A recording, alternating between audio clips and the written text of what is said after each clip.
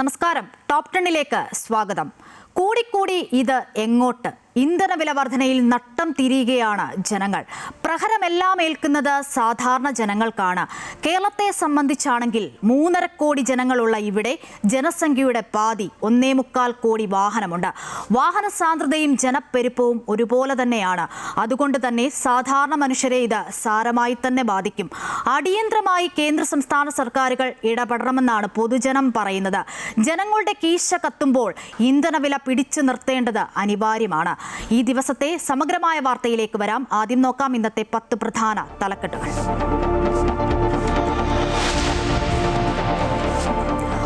അട്ടപ്പാടി മധു ആൾക്കൂട്ട കൊലപാതക കേസിൽ 12 പ്രതികൾക്ക് ജീവപര്യന്തം. വിചാരണ കോടതി വിധിച്ച 7 വർഷം തടവ് ശിക്ഷ ഹൈക്കോടതി വർദ്ധിപ്പിച്ചു. മധുവിന്റെ അമ്മയ്ക്ക് 30 ലക്ഷം രൂപ നഷ്ടപരിഹാരം നൽകണം. തെളിവുകളുടെ അഭാവത്തിൽ 1-ാം പ്രതി മേച്ചേരി ഹുസൈൻ ഉൾപ്പെടെ 3 പേരെ വെറുതെ വിട്ടു. ഹുസൈനെ വെറുതെ വിട്ടതിൽ നിയമ പോരാട്ടം തുടരുമെന്ന് മധുവിന്റെ കുടുംബം.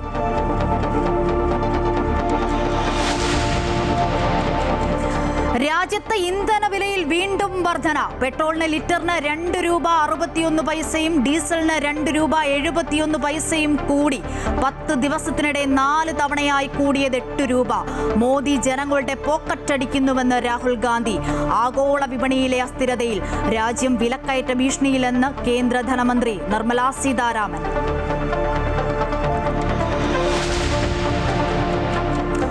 രത്തൻ കേൽക്കറുടെ നിയമന വിവാദത്തിൽ മറുപടിയുമായി മുഖ്യമന്ത്രി. നല്ല ട്രാക്ക് റെക്കോർഡുള്ള ഉദ്യോഗസ്ഥനെന്നും നിയമനത്തിൽ എന്ത് അപാകതയെന്നും മുഖ്യമന്ത്രി. IAS ഉദ്യോഗസ്ഥരുടെ നിയമനത്തിൽ നടന്നത് താൽക്കാലിക മാറ്റം മാത്രം. ഗുരുവായൂർ ദർശനത്തിനിടെ ആരെയും തടഞ്ഞിട്ടില്ലെന്നും 1000 രൂപയുടെ നെയ്വിളക്ക് ടിക്കറ്റ് എടുത്താണ് ദർശനം നടത്തിയതെന്നും VD സതീശൻ.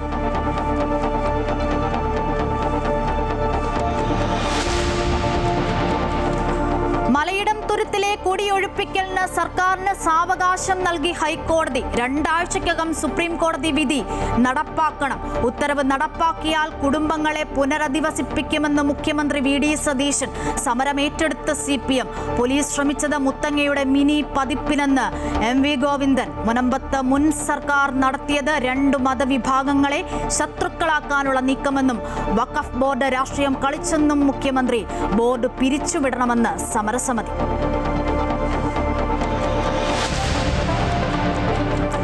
നീറ്റ് ചോദ്യപേപ്പർ ചോർച്ചയിൽ രൂക്ഷ വിമർശനവുമായി സുപ്രീം കോടതി. വീഴ്ചയിൽ നിന്നും പാഠം പഠിച്ചില്ലെന്ന് ജസ്റ്റിസ് നരസിംഹ. NDAയോട് വിശദീകരണം തേടി. കേസ് വെള്ളിയാഴ്ച വീണ്ടും പരിഗണിക്കും.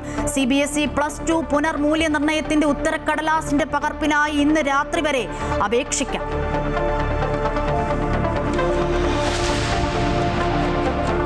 യൂത്ത് കോൺഗ്രസ് പ്രവർത്തകരെ മർദ്ദിച്ച കേസിൽ ഗൺമാന്മാർക്കെതിരെ വകുപ്പ് തല നടപടി ഉണ്ടാകും. പ്രത്യേക അന്വേഷണ സംഘം അന്വേഷണ റിപ്പോർട്ട് DGPക്ക് കൈമാറി. അന്വേഷണം അട്ടിമറിക്കാൻ ശ്രമിച്ചതിൽ ADGP MR അജിത് കുമാറിന്റെ ഓഫീസിലെ 2 SIമാരുടെ മൊഴി രേഖപ്പെടുത്തും. കുന്നംകുളം കസ്റ്റഡി മർദ്ദനത്തിൽ അന്വേഷണ റിപ്പോർട്ട് ആവശ്യപ്പെട്ട് ആഭ്യന്തര വകുപ്പ്.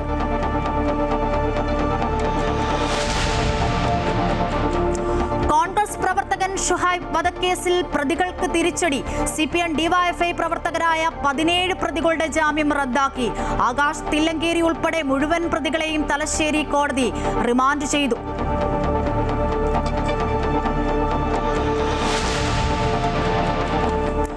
IPLൽ ആദ്യ ഫൈനലിസ്റ്റിനെ നാളെ അറിയാം. 1-ാം ക്വാളിഫയറിൽ ബംഗളൂരുവും ഗുജറാത്തും ഏറ്റുമുട്ടും. മത്സരം ധരംശാലയിൽ രാത്രി 7:30 മുതൽ. ലോകകപ്പ് ഫുട്ബോളിനുള്ള സ്പെയിൻ ടീമിനെ പ്രഖ്യാപിച്ചു. റയൽ മാഡ്രിഡ് താരങ്ങളെ ഒഴിവാക്കി. ലയണൽ മെസ്സിക്ക് പരിക്ക്. ആശങ്കയോടെ ആരാധകർ.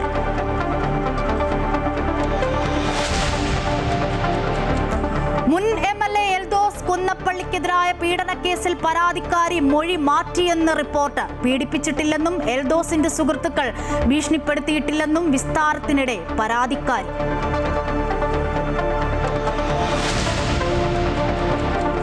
Story of the day. രാജ്മഹാളിനി ഓർമ്മകളുടെ തിരശ്ശീലയിൽ. ഇന്നത്തെ വാർത്തകൾ സമഗ്രമായി വിശദമായി നോക്കാം. കേരളത്തിന്റെ മനസാക്ഷിയെ നടുക്കിയ അട്ടപ്പാടി മധു കൊലക്കേസിൽ പ്രതികളുടെ ശിക്ഷ ഇന്ന് ഹൈക്കോടതി വർദ്ധിപ്പിച്ചു. 12 പ്രതികൾക്ക് ജീവപര്യന്തം വിധിച്ചു. വിചാരണ കോടതി വിധിച്ച 7 വർഷം ശിക്ഷ കുറ്റകൃത്യത്തിന്റെ ഗൗരവം കണക്കിലെടുത്ത് ഹൈക്കോടതി വർദ്ധിപ്പിക്കുകയായിരുന്നു. അതേസമയം ഒന്നാം പ്രതി മേച്ചേരി ഹുസൈൻ അടക്കം 3 പ്രതികളെ കോടതി വെറുതെ വിട്ടു.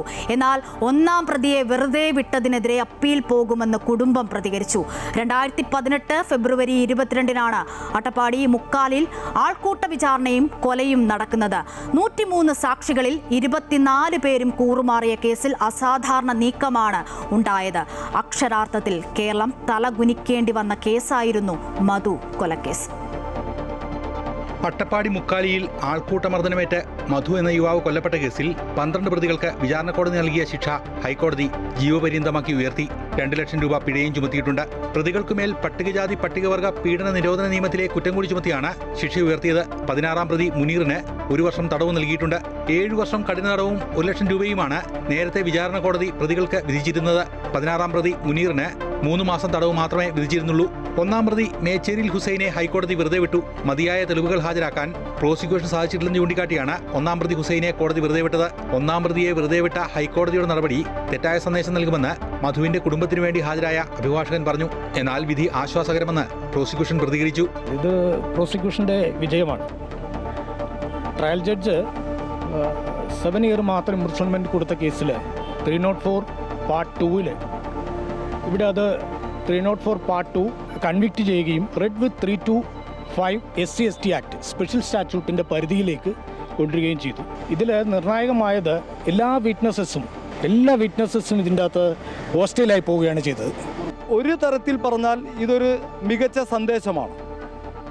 ഒന്നാം പ്രതിയെ വെറുതെ വിടുമ്പോൾ ബഹുമാനപ്പെട്ട ഹൈക്കോടതി ഈ സമൂഹത്തിന് മോശപ്പെട്ട ഒരു സന്ദേശമാണ് കൊടുത്തിട്ടുള്ളത്. എന്നാൽ 12 പേർക്ക് 3 ജീവപര്യന്തം കൊടുത്തത് വഴി മറ്റൊരു സന്ദേശം കൂടി ഈ സമൂഹത്തിന് കൊടുത്തിട്ടുണ്ട്. ബഹുമാനപ്പെട്ട ഹൈക്കോടതിക്കറിയാം ഒന്നാം പ്രതി ചവിട്ടിയിട്ടുണ്ടെന്ന്. അദ്ദേഹത്തിൻ്റെ ഈ പ്രതിയുടെ വക്കീലിനറിയാം ചവിട്ടിയിട്ടുണ്ടെന്ന്. നമ്മൾ കാണുന്ന എല്ലാവർക്കും അറിയാം ചവിട്ടിയിട്ടുണ്ട്. പക്ഷേ ആർക്കും കാണാൻ പറ്റില്ല. കേസിലെ മറ്റു പ്രതികളായ മരക്കാർ, ഷംസുദ്ദീൻ, രാധാകൃഷ്ണൻ, അബൂബക്കർ, സിദ്ദിഖ്, ഉബൈദ്, നജീബ്, ജൈജുമോൻ, സജീവ്, സതീഷ്, ഹരീഷ്, ബിജു എന്നിവരെയാണ് ജീവപര്യന്തം തടവിന് ഹൈക്കോടതി ശിക്ഷിച്ചിരിക്കുന്നത്. 4-ാം പ്രതിയെയും 11-ാം പ്രതിയെയും വെറുതെ വിട്ട വിചാരണ കോടതിയുടെ വിധി ഹൈക്കോടതി ശരിവച്ചിട്ടുണ്ട്. ജസ്റ്റിസുമാരായ രാജ വിജയരാഘവൻ, KV ജയകുമാർ എന്നിവരുടെ ഡിവിഷൻ ബെഞ്ചാണ് വിധി പ്രസ്താവിച്ചത്. മധുവിന്റെ കുടുംബവും പ്രതികളും നൽകിയ അപ്പീൽ കോടതിയുടെ പരിഗണനയ്ക്ക് വന്നിരുന്നു. അമൃത ന്യൂസ്, കൊച്ചി. മധുവിന് നീതി ലഭിക്കാനൊപ്പം നിന്ന കേരള സമൂഹത്തിന് നന്ദിയെന്ന് മധുവിന്റെ അമ്മ മല്ലിയും സഹോദരി സരസുവും പറഞ്ഞു. പ്രതികൾക്ക് ജീവപര്യന്തം ഉൾപ്പെടെയുള്ള പരമാവധി ശിക്ഷ നൽകണമെന്നാവശ്യപ്പെട്ട് സർക്കാരും മധുവിന്റെ കുടുംബം നൽകിയ ഹർജികളാണ് ഹൈക്കോടതി പ്രധാനമായും പരിഗണിച്ചത്. വിധി പറയുന്ന സാഹചര്യത്തിൽ മധുവിന്റെ അമ്മയ്ക്കും സഹോദരിക്കും പോലീസ് പ്രത്യേക സംരക്ഷണം ഏർപ്പെടുത്തിയിരുന്നു. ഇതേമാതിരി ലോക ജനങ്ങൾ ഇങ്ങനെ എന്നെ സഹായിച്ചു. അതുകൊണ്ടാണ് അങ്ങനെ ഇത്ര ആയത്. പിന്നെ ഒറ്റയ്ക്ക് എന്നുകൊണ്ട് സാധിക്കില്ല. എല്ലാ സാറുമാരും പോയിട്ട് എല്ലാവരും സഹായം ഉണ്ടായിരുന്നു. സർക്കാർ സഹായിച്ചിട്ടുണ്ട്. എല്ലാവരും 2018 ഫെബ്രുവരി 22-നാണ് മുക്കാലിയിൽ വെച്ച് മാനസിക വെല്ലുവിളി നേരിട്ടിരുന്ന മധുവിനെ ഒരു സംഘം മോഷണക്കുറ്റം ആരോപിച്ച് കൈകൾ ബന്ധിച്ച് അതിക്രൂരമായി മർദ്ദിച്ച് അവശനാക്കിയത്. പിന്നീട് അവർ അഗളി പോലീസിന് മധുവിനെ കൈമാറി. പോലീസ് സ്റ്റേഷനിലേക്ക് കൊണ്ടുവരുന്ന വഴിയിൽ മധു മരണമടഞ്ഞു. കൊല്ലപ്പെടുമ്പോൾ 27 വയസ്സായിരുന്നു മധുവിന്റെ പ്രായം. മർദ്ദനത്തിനിടെ എടുത്ത ചിത്രങ്ങളും വീഡിയോകളും സമൂഹ മാധ്യമങ്ങളിൽ പ്രചരിച്ചതോടെ സംസ്ഥാനത്ത് വലിയ പ്രതിഷേധമുയർന്നു. വിചാരണ കോടതി കുറ്റക്കാരെന്ന് കണ്ടെത്തിയ 14 പ്രതികളിൽ 13 പേർക്കും 7 വർഷം കഠിനാടവും 1 ലക്ഷം രൂപ പിഴയുമായിരുന്നു ശിക്ഷ. ഈ ശിക്ഷ പര്യാപ്തമല്ലെന്ന് ചൂണ്ടിക്കാട്ടിയാണ് കുടുംബം ഹൈക്കോടതിയെ സമീപിച്ചത്. എൻ്റെ മധു എത്രത്തോളം വേദന അനുഭവിച്ചു എല്ലാം നമ്മുടെ ഈ കേരള സമൂഹം കണ്ടതാണ്. ഇപ്പോൾ ഒന്നാം പ്രതിയെ വെറുതെ വിട്ടു എന്ന് കേൾക്കുമ്പോൾ തന്നെ നമ്മുടെ സമൂഹം മൊത്തം അതിനെതിരെ പറയാൻ തുടങ്ങി. ഞാൻ എല്ലാവരുടെയും കമൻസൊക്കെ ഞാൻ കണ്ടിരുന്നു. അപ്പോൾ ഇതെല്ലാം കണ്ടപ്പോൾ നമ്മുടെ കേരളത്തിൽ നടക്കാൻ പാടില്ലാത്ത ഒരു സംഭവമാണ് നമ്മുടെ കേരളത്തിൽ നടന്നിട്ടുള്ളത്. ഇത് നടക്കാതിരിക്കണമെങ്കിൽ ഇതിന് തക്കതായ ശിക്ഷ തന്നെയാണ് ബഹുമാനപ്പെട്ട കോടതി കൊടുത്തിരിക്കുന്നത്. ഇപ്പോൾ ഈ 12 പേർക്ക് ജീവപര്യന്തം കൊടുത്തു എന്നതിന് എനിക്ക് വളരെ ആശ്വാസം തന്നെയാണ്. അതുപോലെ എൻ്റെ വക്കീലന്മാരുണ്ട്.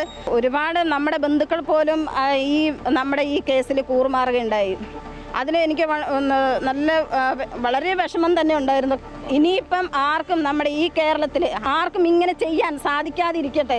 2022 ഏപ്രിൽ 28-ന് വിചാരണ തുടങ്ങിയത് മുതൽ സാക്ഷികൾ കൂറുമാറിയത് കേസിൽ വലിയ വിവാദങ്ങൾക്ക് വഴിവെച്ചിരുന്നു. 103 സാക്ഷികളെയാണ് പ്രോസിക്യൂഷൻ വിസ്തരിച്ചത്. മജിസ്ട്രേറ്റിന് മുമ്പിൽ രഹസ്യമൊഴി നൽകിയവർ വരെ പിന്നീട് കോടതിയിൽ കൂറുമാറി. ധാരാളം പ്രതികൂല സാഹചര്യങ്ങളെ അതിജീവിച്ചാണ് കുടുംബം നിയമപോരാട്ടം നടത്തി ഹൈക്കോടതിയിൽ നിന്ന് അനുകൂല വിധി നേടിയെടുത്തത്. അമൃത ന്യൂസ്, കൊച്ചി.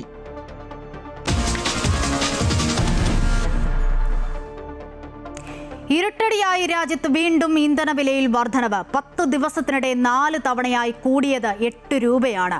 മെയ് 15-ന് പെട്രോളിനും ഡീസലിനും കൂടിയത് 3 രൂപയാണ്.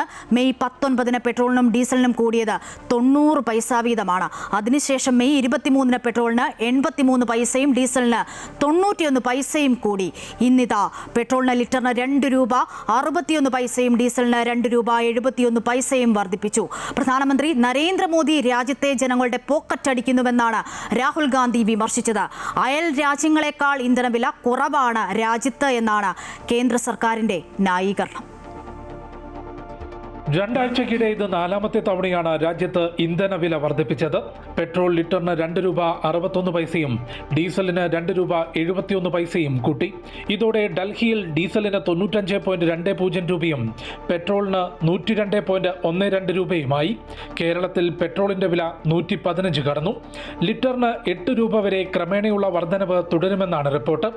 ഇന്ധനവില വർദ്ധിക്കുന്നതോടെ നിത്യോപയോഗ സാധനങ്ങൾക്കും വില വർദ്ധിക്കാൻ സാധ്യതയുണ്ട്.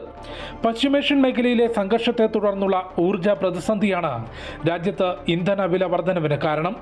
വിപണിയിൽ വില വർദ്ധിപ്പിച്ചില്ലെങ്കിൽ വൻ സാമ്പത്തിക നഷ്ടം സംഭവിക്കുന്നതായി എണ്ണക്കമ്പനികൾ തുടർച്ചയായി കേന്ദ്ര സർക്കാരിന് റിപ്പോർട്ട് നൽകിയിരുന്നു. അതേസമയം നിലവിൽ രാജ്യത്ത് ഊർജ്ജ പ്രതിസന്ധിയില്ലെന്നും അടുത്ത 60 ദിവസത്തേക്കുള്ള സ്റ്റോക്ക് ഉണ്ടെന്നുമാണ് പെട്രോളിയം മന്ത്രാലയം വ്യക്തമാക്കിയത്. പശ്ചിമേഷ്യൻ മേഖലയിലെ യുദ്ധം അവസാനിക്കുന്നതുവരെ ഇന്ധന ഉപയോഗം പരമാവധി കുറയ്ക്കാൻ നേരത്തെ പ്രധാനമന്ത്രി നരേന്ദ്രമോദി ആഹ്വാനം ചെയ്തിരുന്നു. അമൃത ന്യൂസ്, ന്യൂഡൽഹി. ആഗോള വിപണിയിൽ തുടരുന്ന അസ്ഥിരത കാരണം രാജ്യം വിലക്കയറ്റ ഭീഷണി നേരിടുന്നതായി കേന്ദ്ര ധനമന്ത്രി നിർമ്മല സീതാരാമൻ. വളത്തിന്റെയും ഇന്ധനത്തിന്റെയും വില വർദ്ധിക്കുകയാണ്. ഇറാൻ അമേരിക്ക സംഘർഷം ആഗോള വിപണിയെ ബാധിച്ചിട്ടുണ്ടെന്നും കേന്ദ്രമന്ത്രി പറയുന്നു. ഇന്ധനം, വളം, വിദേശ നാണ്യ ശേഖരം എന്നിവയിൽ ജനങ്ങൾ അതീവ ശ്രദ്ധ പുലർത്തണമെന്നും ധനമന്ത്രി അഭ്യർത്ഥിച്ചു. We needed to do it. We have done some. But during the West Asia crisis, in which situation, context, environment, or current contemporary reality in which we are living, I would want to highlight those activities that we've been undertaking. Actually, these launches are taking place at a time when the global environment is uncertain. All of us recognize that. The West Asia crisis not only is a diplomatic or a geopolitical issue. For businesses and common people, it can mean higher fuel cost, delayed cargo, costlier shipping, shortage of inputs, pressure on working capital, and uncertainty in export orders. Just imagine all of them coming together because of that West Asia crisis. What is the sense of uncertainty that small unit will feel, and will they be in a position to make some kind of a plan? It's a big challenge even for countries. വില വർധനവിൽ പൊറുതിമുട്ടിയെന്ന് പൊതുജനം പറയുന്നു. ഇത് എവിടെ ചെന്ന് നിൽക്കുമെന്ന് സാധാരണ ജനങ്ങൾ ചോദിക്കുകയാണ്. പ്രതികരണങ്ങൾ നോക്കാം. ചേട്ടാ, പെട്രോൾ ഡീസൽ വില ഇന്നും കൂടിയിട്ടുണ്ട്. ബാധിച്ചിട്ടുണ്ടോ? ഞങ്ങൾക്ക് ശരിക്കും ബാധിക്കുമല്ലോ. ഞങ്ങളെന്തായാലും ബാധിക്കും. 2 രൂപ തന്നെ മാത്രമല്ല, ഞങ്ങളുടെ പ്രശ്നം നോക്കുകയാണെങ്കിൽ എല്ലാവരും പറയുന്നതാ, കാരണം പെട്രോളിന് വില വർദ്ധിച്ച് ഓട്ടോ ചാർജ് വർദ്ധിപ്പിക്കണം. പെട്രോൾ വില വർധനവ് മാത്രമല്ല, മറ്റു നിത്യോപയോഗ സാധനത്തിൻ്റെ വിലകളൊക്കെ നമുക്ക് വെച്ചാൽ ഭയങ്കരമായിട്ട് ഞങ്ങൾക്കത് ബാധിക്കുന്ന പ്രശ്നമാണല്ലോ. പെട്രോൾ വില വർധനവ് മാത്രമല്ല, ബാക്കിയുള്ളതും കൂടി നോക്കുകയാണെങ്കിൽ ഞങ്ങൾക്ക് ജീവിക്കാൻ പറ്റാത്ത സ്ഥിതിയാണ്. അപ്പോൾ എല്ലാവർക്കും, ജനങ്ങൾക്ക് എല്ലാവർക്കും ബുദ്ധിമുട്ടാണ്. ഇപ്പോൾ ഏത് സാധാരണക്കാരെടുത്താലും വിലക്കയറ്റവും മൊത്തത്തിൽ നമ്മളിപ്പോൾ ചാർജ് കൂട്ടുകയാണെങ്കിൽ വിലയും കൂടും, എല്ലാം കൂടും. ഈ ഓട്ടോ മേഖലയിലും അല്ലെങ്കിൽ ബസ് മേഖലയിലും മാത്രമാണ് ഇപ്പം നമുക്ക് ചാർജൊന്നും വർദ്ധിക്കാത്തത് ഇത്ര കാലത്തിന് ശേഷം. വലിയ ബുദ്ധിമുട്ട് തന്നെയാണ്, വലിയ പ്രശ്നം തന്നെയാണ്. ഒരു ഹോട്ടലിൽ കയറിയാൽ ചായക്ക് പല റേറ്റാണ്, 15, 18, 20 എന്നൊക്കെ പറഞ്ഞിട്ട്. എന്തായാലും ഇന്ധനവില എന്ന് പറഞ്ഞാൽ ഇടയ്ക്കിടയ്ക്ക് ഇങ്ങനെ ചില്ലറ പൈസ ആയിട്ട് കൂടുമ്പം അവർക്കൊരു പ്രശ്നമില്ല. ആളറിയില്ലോ ചില്ലറ പൈസ കൂടുമ്പോൾ. എന്തായാലും വലിയ പ്രശ്നം തന്നെയാണ്. കേന്ദ്ര സർക്കാർ ഇതൊന്ന് ശ്രദ്ധിക്കുന്ന പോലുമില്ല. നന്നായി ബാധിക്കുന്നുണ്ട്. ഇപ്പം പറയുമ്പോൾ എന്താ പറയുക, ഒരു 50 പൈസ അല്ലേ, അല്ലെ 2 രൂപ അല്ലേ എന്നാ പറയാം. അപ്പം മൊത്തത്തിൽ നമ്മൾ ദിവസം അടിക്കുമ്പോൾ നല്ലൊരു വ്യത്യാസം വരുന്നുണ്ട്. ജനങ്ങൾ ഒരറ്റം തൊട്ടിട്ട് അറ്റം മൂട്ടിക്കാൻ വേണ്ടി പെടാപ്പാട് പെടാണ്. അപ്പം ഇന്ധന വില മാത്രമല്ല, പൊതുവെ ഇപ്പോൾ പാലിനും എല്ലാത്തിനും ഇപ്പോൾ വില വർദ്ധിക്കാനുള്ള കാരണം എന്താ വെച്ചാൽ യുദ്ധത്തിൻ്റെ മെയിൻ കാരണമാണെന്ന് എൻ്റെ അഭിപ്രായത്തിൽ.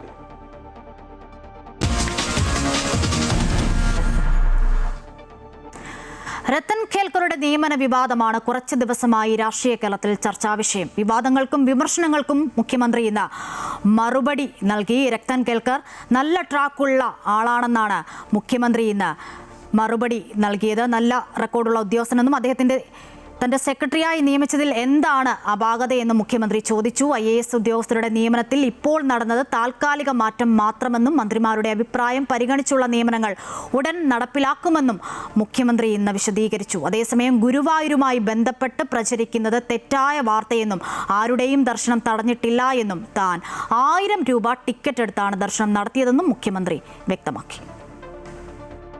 മുഖ്യ തെരഞ്ഞെടുപ്പ് ഓഫീസറായിരുന്ന രത്തൻ ഖേൽക്കറെ മുഖ്യമന്ത്രിയുടെ സെക്രട്ടറിയായി നിയമിച്ചത് ഏറെ വിവാദമുണ്ടാക്കിയിരുന്നു. നിയമനം ചോദ്യം ചെയ്ത് CPM-ഉം പരിഹസിച്ച് BJP-യും രംഗത്ത് വന്നിരുന്നു. വിമർശനം വ്യാപകമാകുമ്പോഴാണ് പ്രതികരണവുമായി മുഖ്യമന്ത്രി രംഗത്ത് വരുന്നത്. മികച്ച ട്രാക്ക് റെക്കോർഡുള്ള എഫിഷ്യന്റായ ഉദ്യോഗസ്ഥനാണ് രത്തൻ ഖേൽക്കർ. കഴിഞ്ഞ സർക്കാർ തന്നെയാണ് അദ്ദേഹത്തെ നിയമിച്ചത്. തന്റെ സെക്രട്ടറിയായി നിയമിച്ചതിൽ എന്താണ് തെറ്റെന്നും മുഖ്യമന്ത്രി ചോദിച്ചു.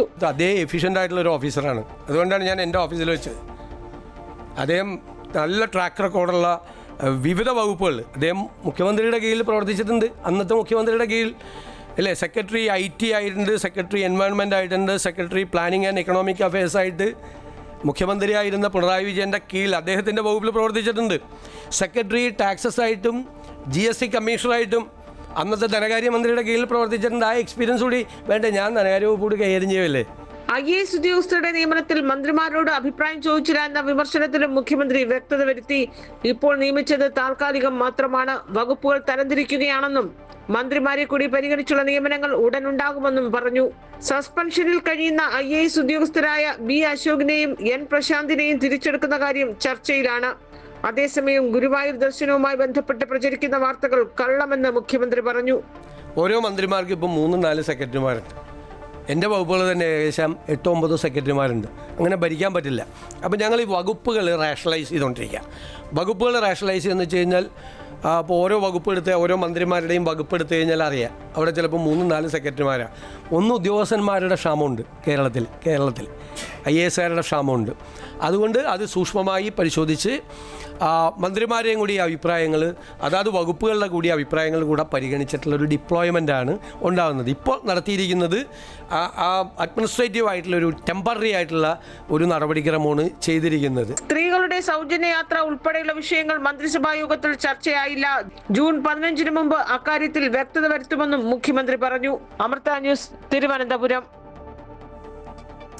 രത്തൻ ഖേൽക്കറിന്റെ നിയമനത്തിൽ പക്ഷേ വിമർശനം തുടരുകയാണ് CPM. മുഖ്യമന്ത്രി പറഞ്ഞതനുസരിച്ച് രാഹുൽ ഗാന്ധിയാണ് ഏറ്റവും തമാശക്കാരനെന്ന് മുൻമന്ത്രി P. രാജീവ് പറഞ്ഞു. മുഖ്യമന്ത്രിക്ക് ഏറ്റവും വിശ്വാസമുള്ള ഉദ്യോഗസ്ഥനായി അദ്ദേഹത്തെ നിയമിച്ചതാണ് പ്രശ്നമെന്നും അദ്ദേഹം വ്യക്തമാക്കി. മുഖ്യമന്ത്രി പറയുകയുണ്ടായി അദ്ദേഹം ധനവകുപ്പ് കൈകാര്യം ചെയ്യുന്നുണ്ട്, അനുഭവം, അത് കുഴപ്പമില്ലാത്ത കാര്യമാണ്. ഇത് ധനവകുപ്പിൻ്റെ സെക്രട്ടറി ആയിട്ടാണ് തിരിച്ചു വരുന്നതെങ്കിൽ അത് കുഴപ്പമില്ലാത്തതാണ്. IT സെക്രട്ടറിയായി വന്നാലും കുഴപ്പമില്ലാത്തതാണ്. കാരണം സിവിൽ സർവൻ്റാണ്, അവരെ ഏതെങ്കിലും ചുമതല ഏൽപ്പിക്കേണ്ടി വരും. പക്ഷെ മുഖ്യമന്ത്രിയുടെ സെക്രട്ടറി എന്ന് പറഞ്ഞാൽ മുഖ്യമന്ത്രിക്ക് ഏറ്റവും വിശ്വാസമുള്ള എഫിഷ്യൻ്റായ ഉദ്യോഗസ്ഥനാണ്. അപ്പോൾ മുഖ്യമന്ത്രിക്ക് ഏറ്റവും വിശ്വാസമുള്ള ഒരാളായിട്ട് തെരഞ്ഞെടുപ്പ് കമ്മീഷൻ്റെ ചുമതല വഹിച്ച ഒരാളെ വയ്ക്കുന്നത് ബംഗാളിലെ പോലെ തന്നെ ഗൗരവമുള്ളതാണ്. അദ്ദേഹമാണ് BJP-യുടെ സീല് വെച്ചതുമായി ബന്ധപ്പെട്ട് വിവാദം വന്നത്. മെയ് 25-നും ഓഗസ്റ്റ് 31-നും ഇടയിൽ അവസാനിക്കുന്ന PSC റാങ്ക് ലിസ്റ്റുകളുടെ കാലാവധി നവംബർ 30 വരെ നീട്ടി ഉത്തരവിറക്കി PSC. കാലാവധി നീട്ടി നൽകാനുള്ള VD സതീശൻ മന്ത്രിസഭയുടെ ആദ്യ യോഗത്തിന്റെ ശുപാർശ അംഗീകരിച്ചാണ് നടപടി. ഇന്ന് ചേർന്ന PSC യോഗമാണ് കാലാവധി നീട്ടി തീരുമാനമെടുത്തത്. ഈ കാലാവധിയിലുള്ള 289 PSC റാങ്ക് ലിസ്റ്റുകളിലായി 3845 ഉദ്യോഗാർത്ഥികൾക്ക് ഇതിന്റെ ഗുണഫലം ലഭിക്കും. മുൻ സർക്കാരിന്റെ കാലത്ത് പ്രസവ ശസ്ത്രക്രിയയിൽ കത്രിക വയറ്റിൽ കുടുങ്ങിയ കോഴിക്കോട് സ്വദേശി ഹർഷീനയ്ക്ക് ജോലി നൽകിയ സംസ്ഥാന സർക്കാർ അർഹതപ്പെട്ട നഷ്ടപരിഹാരം നൽകുമെന്നും സർക്കാർ ഉറപ്പു നൽകി. കോഴിക്കോട് മെഡിക്കൽ കോളേജിലാണ് ജോലി നൽകിയത്. സെക്രട്ടേറിയറ്റിലെത്തിയ ഹർഷീനയും സമരസമിതി പ്രവർത്തകരും മുഖ്യമന്ത്രിയെയും ആരോഗ്യമന്ത്രിയെയും കണ്ടിരുന്നു. മിനിസ്റ്ററെ കണ്ടിട്ട് നമ്മൾ ജോലിക്കുള്ള ഓർഡർ അടിച്ചു വെച്ചിട്ടുണ്ട്, അത് പോയി വാങ്ങിക്കോളാൻ പറഞ്ഞിട്ടുണ്ട്. നമ്മളിപ്പം തന്നെ പോയി അത് വാങ്ങിക്കുന്നതാണ്. നഷ്ടപരിഹാരം നമുക്ക് അർഹതപ്പെട്ട നഷ്ടപരിഹാരം എത്രയാണോ അത് തീർച്ചയായും നമുക്ക് നൽകുന്ന ഉറപ്പ് തന്നിട്ടുണ്ട് നമുക്ക് മുഖ്യമന്ത്രി. തെരുവിൽ കിടന്നപ്പം പോലും നമ്മൾ അവഗണിച്ച് വിട്ടിട്ട് രാഷ്ട്രീയ പ്രേരിത ഒടുവിൽ കെ ഹർഷീനയ്ക്ക് നീതി. പ്രസവ ശസ്ത്രക്രിയയ്ക്കിടെ ഡോക്ടർമാർ വയറ്റിൽ മറന്നുവെച്ച കത്രികയുമായി 1736 ദിവസമാണ് ഹർഷീന വേദന സഹിച്ച് ജീവിച്ചത്. നീതിക്കും നഷ്ടപരിഹാരത്തിനുമായി LDF സർക്കാരിന് മുൻപിൽ തെരുവിൽ പോരാട്ടം നടത്തിയ ഹർഷീനയ്ക്ക് ആ സർക്കാർ നിഷേധിച്ച നീതിയാണ് UDF സർക്കാരിലൂടെ ലഭിച്ചത്.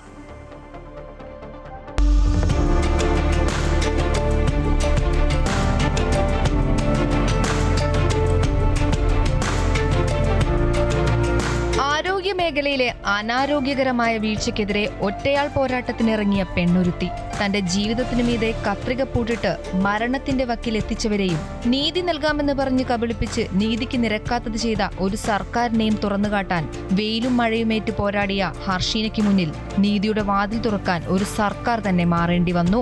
പ്രസവ ശസ്ത്രക്രിയയ്ക്കിടെ ഡോക്ടർമാർ വയറ്റിൽ മറന്നുവെച്ച കത്രികയുമായി 1736 ദിവസമാണ് കെ ഹർഷീന വേദന സഹിച്ച് ജീവിച്ചത്. 2017 കോഴിക്കോട് മെഡിക്കൽ കോളേജിൽ വെച്ച് നടന്ന 3ാമത്തെ സിസേറിയനിലിടെയാണ് ഹർഷീനയുടെ വയറ്റിൽ ശസ്ത്രക്രിയാ ഉപകരണമായ കത്രിക കുടുങ്ങിയത്. നീണ്ട 5 വർഷത്തോളം കടുത്ത വേദന അനുഭവിച്ച ശേഷം 2022 നടത്തിയ സ്വകാര്യ ആശുപത്രിയിലെ പരിശോധനയിലാണ് വയറ്റിൽ കത്രികയുണ്ടെന്ന് തിരിച്ചറിഞ്ഞത്. തുടർന്ന് മറ്റൊരു ശസ്ത്രക്രിയയിലൂടെ ഇത് പുറത്തെടുത്തു. വിശദമായ പോലീസ് അന്വേഷണത്തിനൊടുവിൽ കോഴിക്കോട് മെഡിക്കൽ കോളേജിലെ 2 ഡോക്ടർമാരെയും 2 നഴ്സുമാരെയും പ്രതി ചേർത്ത് കുറ്റപത്രം സമർപ്പിക്കപ്പെട്ടു. വയറ്റിൽ കത്രിക കുടുങ്ങിയ കേസിൽ നടപടി ആവശ്യപ്പെട്ട് ഹർഷീനയും ഭർത്താവും മെഡിക്കൽ കോളേജിന് മുന്നിൽ സമരം ചെയ്തിരുന്നു. 110 ദിവസമായിരുന്നു അന്നത്തെ സമരം. കേസിൽ കുറ്റപത്രം സമർപ്പിച്ചെങ്കിലും വിധി പറയാത്തതിനാൽ നഷ്ടപരിഹാരവും നീതിയും നിഷേധിക്കപ്പെട്ട അവസരത്തിലാണ് UDF സർക്കാർ കോഴിക്കോട് മെഡിക്കൽ കോളേജിൽ ഹർഷീനയ്ക്ക് ഓഫീസ് അസിസ്റ്റന്റായി ജോലി പ്രഖ്യാപിച്ചിരിക്കുന്നത്. ഒപ്പം അർഹമായ നഷ്ടപരിഹാരവും മുഖ്യമന്ത്രിയും ആരോഗ്യമന്ത്രിയും ഹർഷീനയ്ക്ക് വാഗ്ദാനം ചെയ്തിട്ടുണ്ട്. നേരത്തെ നിരന്തരമായ സമരത്തിനൊടുവിൽ LDF സർക്കാർ 2 ലക്ഷം രൂപ ധനസഹായം വാഗ്ദാനം ചെയ്തിരുന്നുവെങ്കിലും തുടർ ചികിത്സയ്ക്കായി വന്ന ഭീമമായ ചെലവ് കണക്കിലെടുത്ത് ഹർഷീന അത് സ്വീകരിച്ചിരുന്നില്ല. അമൃത ന്യൂസ്, കോഴിക്കോട്. എറണാകുളം മലയിടം തുരുത്തിലെ കുടിയൊഴിപ്പിക്കൽ പ്രശ്നം പരിഹരിക്കാൻ സർക്കാരിന് 2 ആഴ്ച സാവകാശം അനുവദിച്ച് ഹൈക്കോടതി. കുടിയൊഴിപ്പിക്കണമെന്ന വിധി നടപ്പിലാക്കുകയല്ലാതെ സർക്കാരിന് മറ്റു മാർഗമില്ലെന്നും ഹൈക്കോടതി വ്യക്തമാക്കി. വിധി നടപ്പിലാക്കാൻ 2 ആഴ്ച സമയം അനുവദിച്ച സാഹചര്യത്തിൽ സമരം താൽക്കാലികമായി നിർത്തിവെക്കുന്നതായി സമരസമിതി അറിയിച്ചു. കുടുംബങ്ങളെ ഇവിടെ നിന്നും മാറ്റിപ്പാർപ്പിക്കാൻ അനുവദിക്കില്ലെന്നും സമരസമിതി ഭാരവാഹികൾ പറഞ്ഞു. മലയിടം തുരുത്ത് പാര്യത്തുകാവിലെ കുടിയൊഴിപ്പിക്കലിലെ ബുദ്ധിമുട്ട് ചൂണ്ടിക്കാട്ടി എറണാകുളം റൂറൽ SP നൽകിയ ഹർജിയിലാണ് ഹൈക്കോടതിയുടെ നിരീക്ഷണങ്ങൾ. 8 കുടുംബങ്ങളെ കുടിയൊഴിപ്പിക്കണമെന്ന വിധി നടപ്പാക്കുകയല്ലാതെ സർക്കാരിന് മറ്റു മാർഗമില്ലെന്ന് ഹൈക്കോടതി പറഞ്ഞു. വിഷയത്തിൽ 2 ആഴ്ചത്തെ സാവകാശം ആവശ്യപ്പെടുകയും ചെയ്തു. കോടതി 2 ആഴ്ചത്തെ സാവകാശം മറ്റു നടപടികൾക്ക് എടുക്കുന്നതിന് നൽകിയിട്ടുണ്ട്. ഈ 2 ആഴ്ചക്കകം ഭരണകൂടം അവിടെ താമസിക്കുന്ന 7 കുടുംബങ്ങൾക്ക് അനുകൂലമായ, ആ കുടുംബങ്ങളെ രക്ഷപ്പെടുത്തുന്ന തരത്തിലുള്ള ഏത് തീരുമാനവും എടുക്കാൻ ഏതറ്റവും വരെ പോകും എന്നാണ് ഉറപ്പ് നൽകിയിരിക്കുന്നത്. ഗവൺമെന്റ് അപ്രകാരം പ്രവർത്തിക്കുമെന്നുള്ള ഉറപ്പ് ഞങ്ങൾക്കുമുണ്ട്. കുടിയൊഴിപ്പിക്കലിൽ സാങ്കേതികത പറയാതെ കോടതി വിധിയെ സർക്കാർ അനുസരിക്കുകയാണ് വേണ്ടത്. കോടതി വിധി സംരക്ഷിക്കാൻ സർക്കാരിന് ബാധ്യതയുണ്ട്. തർക്കഭൂമിയിൽ താമസിക്കുന്നവർക്ക് നിയമപരമായ അവകാശമുണ്ടാകണം. ഭൂമിയുടെ അവകാശം സ്ഥാപിച്ചെടുക്കാൻ താമസക്കാർ നിയമവഴി തേടിയിട്ടില്ലെന്നും കോടതിയെ സമീപിക്കാത്തിടത്തോളം കുടിയൊഴിപ്പിക്കുന്നത് തടയാനാവില്ലെന്നും ജസ്റ്റിസ് TR രവി നിരീക്ഷിച്ചു. അതേസമയം പുതിയ സർക്കാർ അധികാരത്തിൽ വന്ന് മണിക്കൂറുകൾക്കുള്ളിൽ പാവപ്പെട്ട ജനങ്ങൾക്ക് നേരെ മുത്തങ്ങയുടെ മിനിപ്പതിപ്പാണ് നടന്നതെന്ന് CPM സംസ്ഥാന സെക്രട്ടറി MV ഗോവിന്ദൻ കുറ്റപ്പെടുത്തി. പാര്യത്തുകാവിലെ ജനങ്ങളെ അവിടെ നിന്നും മാറ്റിപ്പാർപ്പിക്കാൻ അനുവദിക്കില്ലെന്നും MV ഗോവിന്ദൻ പറഞ്ഞു. UDF അധികാരത്തിൽ വന്നിട്ട് ദിവസങ്ങൾ കഴിഞ്ഞ 3ാമത്തെ ദിവസമാണല്ലോ ഇവിടെ മുത്തങ്ങയുടെ പുതിയ സാമ്പിൾ, ഒരു കുട്ടി രൂപം മുത്തങ്ങയിൽ നേരത്തെ പറഞ്ഞല്ലോ, എല്ലാവരെയും അടിച്ച് അതിശക്തിയായ കടന്നാക്രമണത്തിന് വിധേയപ്പെടുത്തിയ ആ സന്ദർഭം, ആ രീതി, അതിലൊരു മിനി പതിപ്പ് ഇവിടെ കൊണ്ടുവരാനാണ് പോലീസ് ശ്രമിച്ചത്. ശാഖമത്തായ രീതിയിലുള്ള ചെറുത്തുനിൽപ്പ് വന്നപ്പോഴാണ് അവർക്ക് ഇവിടെ നിന്ന് തിരിച്ചു പോകേണ്ടി വന്നത്. അപ്പോൾ ഇപ്പോൾ കോൺഗ്രസ്സുകാർ പറയുന്നത് ഞങ്ങൾ തിരിച്ചു വിളിച്ചു. നിങ്ങൾ ആര് തിരിച്ചു വിളിച്ചു എന്നാ? നിങ്ങൾ തിരിച്ചു വിളിച്ചാലും തിരിച്ചു വിളിച്ചില്ലെങ്കിലും ഈ പോരാട്ട ഭൂമിയിൽ നിന്ന് ഈ പാവപ്പെട്ട മനുഷ്യരോടൊപ്പം ഞങ്ങളെല്ലാം ഉറച്ചു നിന്ന് അതിനെ പ്രതിരോധിക്കുമെന്ന കാര്യത്തിൽ ഒരു സംശയവും വേണ്ട. വിധി നടപ്പാക്കാൻ 2 ആഴ്ച സമയം അനുവദിച്ച സാഹചര്യത്തിൽ സമരം താൽക്കാലികമായി നിർത്തിവെക്കുന്നതായി സമരസമിതി അറിയിച്ചു. വിഷയത്തിൽ സർക്കാർ ഇടപെടലിൽ പ്രതീക്ഷയുണ്ടെന്നും സമരസമിതി പ്രതികരിച്ചു. 2 ആഴ്ചക്കാലത്തേക്ക് ഇങ്ങോട്ട് വരില്ലെന്ന് പറഞ്ഞിട്ടുണ്ടല്ലോ, അത് തൽക്കാലം സ്വാഗതം ചെയ്യുന്നു. പക്ഷേ സമരവുമായി ഞങ്ങൾ മുന്നോട്ട് പോകുമെന്ന് പറഞ്ഞാൽ ഞങ്ങൾ ഈ സമരത്തിൽ ഇവിടുത്തെ താമസിക്കുന്ന നിവാസികൾ, കുടുംബാംഗങ്ങൾ, അവരുടെ ഡിമാൻഡ് ഞങ്ങളെ പുറത്തു കടത്തി വിടാൻ കഴിയില്ല. മരിച്ചാലും ശരി ഞങ്ങൾ ഇവിടുന്ന് പോകില്ലെന്നുള്ളത് ആ ഡിമാൻഡിനെ അല്ലെങ്കിൽ ആ ആവശ്യത്തെ ഞങ്ങൾ അംഗീകരിക്കുക. അപ്പോൾ അങ്ങനെ വേണ്ടി വരുമ്പോൾ കോടതി 2 ആഴ്ച കഴിഞ്ഞാൽ വീണ്ടും വരുമെങ്കിൽ ആ സമരത്തെ കുടിയേറക്കലിനെ പ്രതിരോധിക്കാൻ ആവശ്യമായ പ്രവർത്തനങ്ങൾ ഞങ്ങൾ സംഘടിപ്പിക്കും. അമൃത ന്യൂസ്, കൊച്ചി. എറണാകുളം മലയിടം തുരുത്ത് നിവാസികൾ വഴിയാധാരമാകില്ലെന്ന് സർക്കാർ. ഹൈക്കോടതി ഉത്തരവ് നടപ്പിലാക്കിയാൽ 8 കുടുംബങ്ങൾക്ക് പകരം വീടും സ്ഥലവും നൽകി പുനരധിവസിപ്പിക്കുമെന്ന് മുഖ്യമന്ത്രി വി.ഡി. സതീശൻ പറഞ്ഞു. കഴിഞ്ഞ സർക്കാരിന്റെ കാലത്ത് 14 തവണ കുടുംബങ്ങളെ ഒഴിപ്പിക്കാൻ നോട്ടീസ് പോയിട്ടും ചെറുവിരൽ പോലും അനക്കാതിരുന്ന മന്ത്രിമാരാണ് ഇപ്പോൾ സമരം നടത്തുന്നതെന്നും മുഖ്യമന്ത്രി പരിഹസിച്ചു. കഴിഞ്ഞ ഗവൺമെൻറ് ഇരുന്ന സമയത്ത് 14 പ്രാവശ്യം കോടതി ഉത്തരവനുസരിച്ചിട്ട് ഇവരെ ഒഴിപ്പിക്കാൻ വേണ്ടി പോയിട്ടുണ്ട്. ആ ഗവൺമെൻറ് ഒരു ചെറുവിരൽ ഈ വിഷയം തീർക്കാൻ വേണ്ടി എടുത്തിട്ടില്ല. ഞങ്ങൾ എന്താ ചെയ്തത്? അടിയന്തരമായി എറണാകുളം ജില്ലയിൽ നിന്നുള്ള മന്ത്രി, ഉന്നത വിദ്യാഭ്യാസ വകുപ്പ് മന്ത്രി റോജി എം ജോണിനെ കൊണ്ട് മീറ്റിംഗ് വിളിപ്പിച്ചു. ഞങ്ങൾ പരിശോധിച്ച് എന്ത് ചെയ്യാൻ പറ്റുമോ. ഞങ്ങളുടെ തീരുമാനം എന്താണെന്നറിയോ? കോടതി ഉത്തരവ് നടപ്പാക്കിയാൽ ആ 8 കുടുംബങ്ങൾ വഴിയാധാരമാകില്ല. മലയിടം തുരുത്തിലെ പ്രശ്നം പരിഹരിക്കാൻ സർവേ പൂർത്തിയാക്കുകയാണ് സർക്കാർ ചെയ്യേണ്ടതെന്ന് മുൻ മന്ത്രി പി രാജീവ്. 19 ഏക്കർ സർവേ നടത്തിയാൽ എന്താണ് ഭൂമിയുടെ സ്വഭാവം എന്നറിയാൻ കഴിയും. അതാണ് LDF നടത്തിയത്. കഴിഞ്ഞ 14 തവണയും നടക്കാത്ത ബലപ്രയോഗം എങ്ങനെ നടന്നുവെന്നാണ് പരിശോധിക്കേണ്ടതെന്നും അദ്ദേഹം കൂട്ടിച്ചേർത്തു.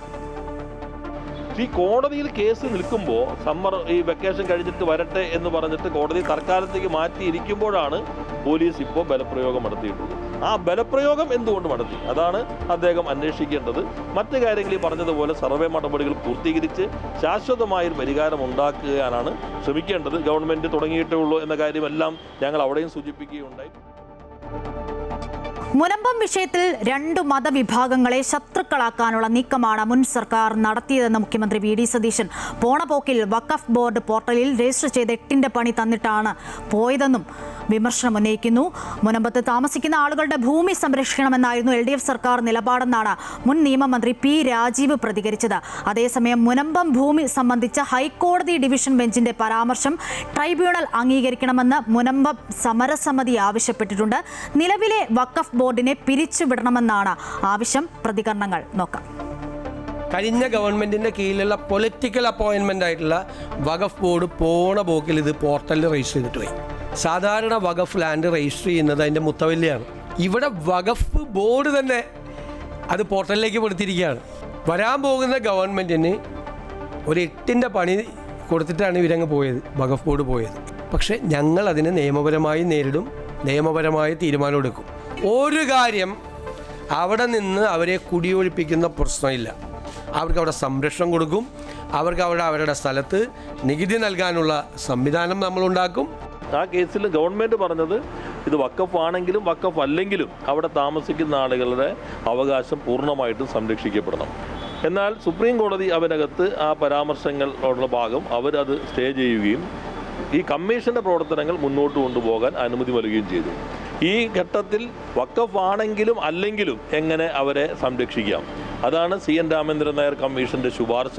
ആ ശുപാർശ ചർച്ച ചെയ്ത് പ്രശ്നങ്ങൾ പരിഹരിക്കുന്നതിനുള്ള മൂർത്തമായ നിർദ്ദേശങ്ങൾ നൽകിയിട്ടുണ്ട്. ഒന്നുകിൽ ഫറൂഖ് കോളേജുമായി സംസാരിച്ചിട്ട് ആ പ്രശ്നത്തിന് പരിഹാരമുണ്ടാക്കണം. യഥാർത്ഥത്തിൽ ഈ 10 മിനിറ്റിൻ്റെ ഇൻസ്റ്റൻറ്റ് പരിഹാരം കയ്യിലില്ലെങ്കിൽ അടിയന്തരമായി ചെയ്യാൻ ശ്രമിക്കേണ്ടത് ആ കമ്മീഷൻ റിപ്പോർട്ടിനെ അടിസ്ഥാനപ്പെടുത്തിക്കൊണ്ട് തുടർ നടപടികൾക്ക് ഒരു കമ്മിറ്റിയെ നിയോഗിച്ചിട്ടുണ്ട്. മുനമ്പം ഭൂമി വഖഫ് പ്രോപ്പർട്ടി ആണെന്ന് സുപ്രീം കോടതി വിധിയുണ്ടായിട്ടുണ്ടെന്ന്.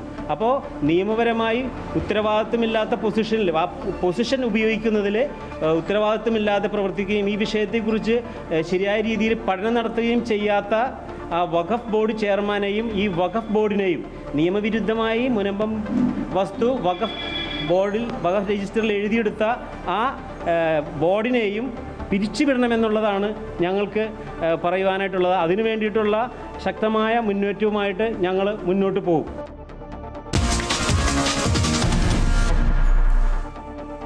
ഇനി ഇന്നത്തെ മറ്റൊരു പ്രധാനപ്പെട്ട വാർത്തയിലേക്കാണ്. നീറ്റ് UG പരീക്ഷാ ചോദ്യപേപ്പർ ചോർച്ചയിൽ ദേശീയ ടെസ്റ്റിംഗ് ഏജൻസിക്ക് സുപ്രീം കോടതിയുടെ രൂക്ഷ വിമർശനം. വീഴ്ചയിൽ നിന്നും പാഠം പഠിച്ചില്ലെന്ന് ജസ്റ്റിസ് നരസിംഹ അധ്യക്ഷനായ ബെഞ്ച് നിരീക്ഷിച്ചു. കേന്ദ്ര സർക്കാർ ഉൾപ്പെടെ കക്ഷികൾക്ക് നോട്ടീസ് അയച്ച കോടതി NDAയുടെ വിശദമായ സത്യവാങ്മൂലം സമർപ്പിക്കാൻ ആവശ്യപ്പെട്ടിട്ടുണ്ട്. അതേസമയം ചോദ്യപേപ്പർ ചോർന്നത് NDAയ്ക്കുള്ളിൽ നിന്നാണെന്ന CBIയുടെ കണ്ടെത്തൽ വിദ്യാഭ്യാസ മന്ത്രാലയം ശരിവച്ചു. ഹർജികൾ വെള്ളിയാഴ്ച വീണ്ടും പരിഗണിക്കും.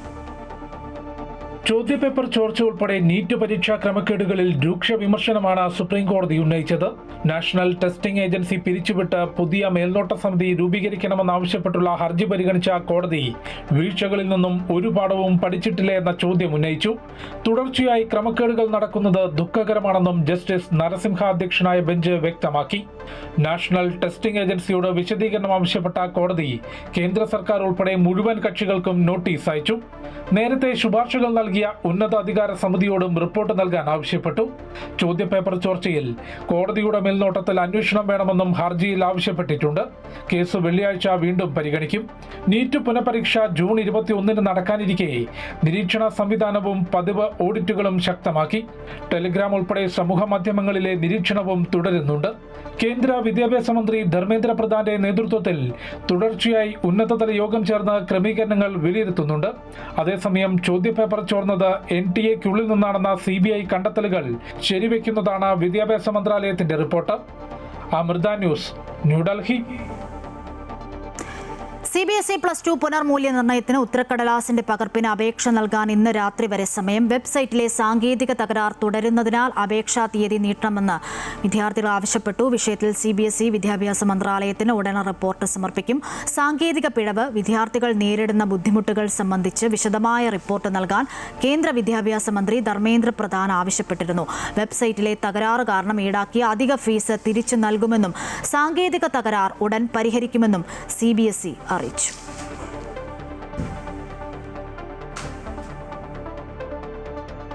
CBSE +2 പരീക്ഷാ ഫലവും പുനർമൂല്യനിർണ്ണയ നടപടികളും സംബന്ധിച്ച് വ്യാപകമായ പരാതികൾ ഉയർന്ന സാഹചര്യത്തിൽ കേന്ദ്ര സർക്കാരിന്റെ ഇടപെടൽ ആവശ്യപ്പെട്ട് മുഖ്യമന്ത്രി VD സതീശൻ കത്തയച്ചു. കേന്ദ്ര വിദ്യാഭ്യാസ മന്ത്രി ധർമ്മേന്ദ്ര പ്രധാനാണ് കത്ത് നൽകിയത്. മൂല്യനിർണ്ണയ നടപടികളിലെ വീഴ്ചകൾ പരിശോധിക്കണമെന്നാണ് ആവശ്യം. നിലവിലെ പ്രശ്നങ്ങൾക്ക് പരിഹാരം കാണണമെന്നും കത്തിൽ ആവശ്യപ്പെടുന്നു. സംസ്ഥാനത്തെ +1 പ്രവേശനത്തിൽ അധിക സീറ്റുകളും ബാച്ചുകളും അനുവദിച്ചു. 9 ജില്ലകളിലാണ് സീറ്റുകൾ കൂട്ടിയത്. തിരുവനന്തപുരം, പാലക്കാട്, കോഴിക്കോട്, മലപ്പുറം, വയനാട്, കണ്ണൂർ, കാസർഗോഡ് എന്നിങ്ങനെ കൂടുതൽ വിദ്യാർത്ഥികളുള്ള എല്ലാ ഹയർ സെക്കൻഡറി സ്കൂളുകളിലും 30% മാർജിനിൽ സീറ്റ് വർധനയാണ് അനുവദിച്ചത്. ഇതേ ജില്ലകളിലെ എല്ലാ എയ്ഡഡ് സ്കൂളുകൾക്കും 20% സീറ്റ് വർധനയും അനുവദിച്ചു. ആവശ്യം വന്നാൽ അധികമായി 10% സീറ്റ് വർധനയ്ക്കാണ് സർക്കാർ അനുമതി നൽകിയിട്ടുള്ളത്. കൊല്ലം, തൃശൂർ ജില്ലകളിലെ എല്ലാ സർക്കാർ എയ്ഡഡ് സ്കൂളുകൾക്കും 20% സീറ്റ് വർധനയും അനുവദിച്ചിട്ടുണ്ട്. 2025-26 അധ്യയന വർഷങ്ങളിൽ തുടങ്ങുന്ന അധിക താൽക്കാലിക ബാച്ചുകളിൽ 313 ബാച്ചുകൾ തുടരാനും വിദ്യാഭ്യാസ വകുപ്പ് അനുമതി നൽകി.